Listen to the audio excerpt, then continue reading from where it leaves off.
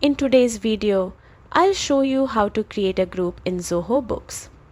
Like and subscribe for more bookkeeping tips. Start by going to the Settings section, then select Reporting Tags.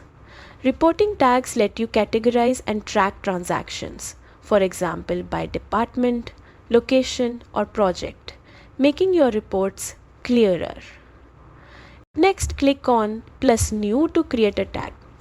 Enter a descriptive tag name such as location, then add your options like New York, San Francisco, or any other categories relevant to your business. Once finished, click Save to create your group of tags. To apply these tags, go to Sales, then Customers or Vendors, open a record, and navigate to the Reporting Tags tab. Choose the appropriate tag options and click Save. That's it. Your group of reporting tags is now ready to organize your financial data and make reporting more insightful.